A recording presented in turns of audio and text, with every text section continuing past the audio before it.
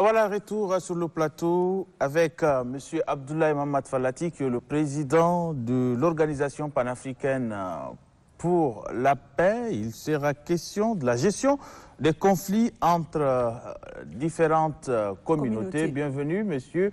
Parlez-nous tout d'abord de votre organisation avant d'aller suivre un reportage. Mais l'organisation vise quoi? C'est quoi son objectif? Nous avons, merci d'abord pour la Télé-Tchad, pour cette invitation qui nous permet de parler sur la gestion ou bien la résolution du conflit. Mon organisation, c'est une organisation panafricaine pour la paix et la résolution du conflit. A été créée en 2018 et lorsque j'étais en dehors du Tchad, précisément à Londres, pendant des années, et j'ai fait des études dans ce domaine. Et je travaille avec les Nations Unies pendant des années. Et je me suis convaincu, pourquoi pas créer une organisation sur place au Tchad qui va couvrir les sous-régions de l'Afrique dans ce cadre de la paix et la cohésion sociale. D'accord. Vous allez nous permettre de regarder le reportage et on revient à vous. Merci. Désormais, c'est officiel. Le concours du Grand Prix de la paix est lancé par l'Organisation pour la paix et la résolution des conflits. Ce concours vise à sensibiliser les jeunes à la promotion de la culture, du vivre ensemble et à la consolidation de la paix au Tchad. Le directeur général adjoint du ministère de l'Enseignement supérieur, de la Recherche scientifique et de l'Innovation, Dr Dimko Maoudi, a félicité les candidats à ces grands concours à vocation panafricaine. Il n'a pas manqué de saluer l'initiative de cette ONG.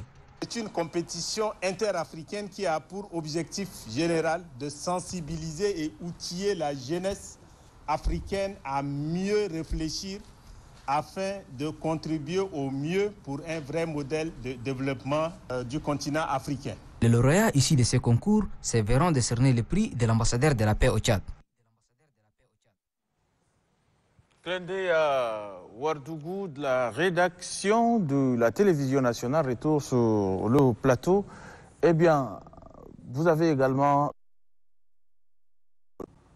Le concours vise quoi, au fait, au GIS? Compte tenu de ces situations actuelles qui se passent en Afrique en général, nous avons pensé à travers les activités que nous avons menées il y a cela 2 à 3 ans. Dans le cadre de la gestion de l'immigration en Afrique, les Africains qui traversent le Méditerranée pour aller en Europe, et la gestion aussi, la prévention du terrorisme qui menace actuellement les sous-régions de l'Afrique et le développement, l'entrepreneuriat, etc. Donc ce concours qui regroupe 12 pays africains. Le Tchad en fait partie. Le concours s'est déroulé en 2 phases. Première phase, c'est un concours écrit que nous avons réceptionné 126 candidats. Et le concours a été passé hier à l'École nationale des travaux publics. Et après, on va transmettre le copie pour une correction avec des gens qui sont des compétents, des docteurs de l'ENA, qui vont faire des corrections et en même temps de trier les 3 premiers qui vont aller présenter le Tchad à Kigali. Donc c'est le même concours qu'on va copier-coller dans tous les pays concernés de cette compétition. Et après, on va faire des compétitions finales pendant 5 jours à Kigali. On va sélectionner les 3 premiers lauréats de l'Afrique en général, qui vont être les ambassadeurs de la paix en Afrique. Et on va les outiller avec des formations à travers nos partenaires, c'est-à-dire les Nations Unies, l'Union africaine, etc., pour former ces 3 jeunes de l'Afrique qui vont aller mener et d'instaurer la paix en Afrique en général. C'est un peu la définition ou bien la description de ces projets. Moi, j'ai envie de comprendre comment vous arrivez à gérer des conflits intercommunautaires. Si nous prenons le cas du Tchad. Merci pour cette question. Cet conflit, la résolution du conflit, c'est une résolution très importante. Moi, j'ai eu la chance de participer au conflit entre les Afghans et les talibans pendant 5 ans dans les commissions. Et au Tchad, c'est un cas particulier. Parce que ce qui se passe au Tchad, c'est l'injustice qui nous tue actuellement. Pour faire un peu définition, dans ces cadres, nous avons assez de séries de conflits qui se passent. Bien sûr. Le sud comme du nord. Et nous voulons aussi, le Tchad, le gouvernement actuel, de prendre sa responsabilité. C'est-à-dire d'instaurer des structures qui vont mener dans la résolution du conflit. Il y a plusieurs aspects. Surtout la jeunesse, les artistes. Chacun et chacune a un rôle à jouer dans cette résolution du conflit. Bien sûr. Et le gouvernement joue un rôle de 90%. Oui. C'est-à-dire de mettre des structures importantes qui vont accompagner la jeunesse et les artistes dans ces cadres. Par exemple, il y a des solutions que nous avons fait des plaidoyers au niveau du ministère de la Réconciliation nationale, de créer des radios communautaires. Radio communautaire, et ce sera dans la langue locale de chaque province, qui va animer d'une manière ou d'une autre, de sensibiliser la région en général dans le cadre de la résolution du conflit, et aussi de faire des activités qui vont mettre ensemble les agriculteurs comme les éleveurs et d'ouvrir une page de discussion dans les intérêts de la jeunesse et dans les intérêts de la résolution du conflit. Monsieur Abdoulaye, moi j'ai envie de comprendre votre rapport, parce qu'en même temps, vous êtes en train de créer des leaders. Les formations que vous donnez, quand une personne essaye de parler aux autres, on va dire, de la paix, c'est qu'il faut avoir le leadership pour le faire. Quel est le travail qui est fait sur le terrain par tous ces jeunes que vous formez?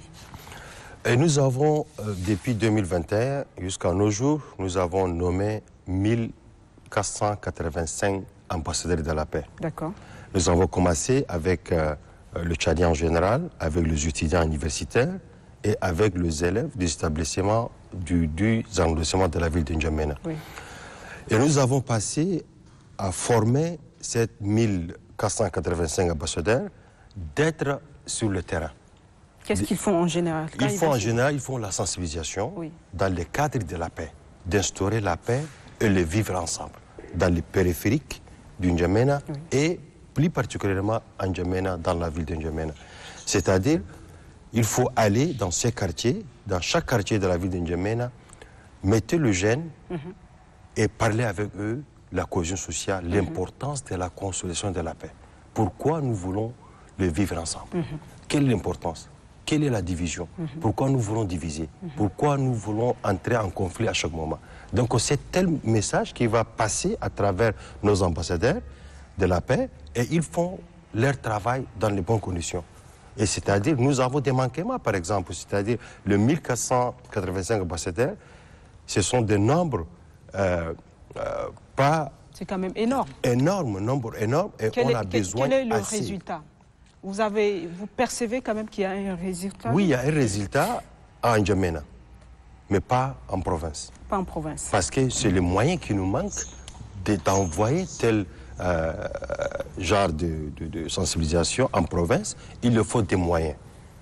Et nous sommes concentrés en particulier à N'Djamena. Alors, à part le 1400, si tu me permets une dernière question, à part le 1400 ambassadeurs, est-ce que vous avez ciblé également d'autres couches? Oui, nous avons ciblé d'autres couches parce que nous avons créé des cellules dans toutes les provinces, les 23 provinces du Tchad. Nous avons nommé, chaque province, nous avons nommé un représentant de l'Organisation panafricaine pour la paix et la résolution du conflit. Et après avoir fini de ces compétitions interafricaines, nous voulons aller province en province pour nommer les ambassadeurs dans ces cadres de sensibilisation de la paix pour faire leur travail dans les bonnes conditions. C'est ça notre stratégie de 2022 jusqu'en décembre. Si plaît à dire, on va nommer 2 ambassadeurs dans chaque province de la ville du Tchad. Merci beaucoup. Monsieur Abdoulaye Mamad Falati, merci d'être venu sur ce plateau. Merci.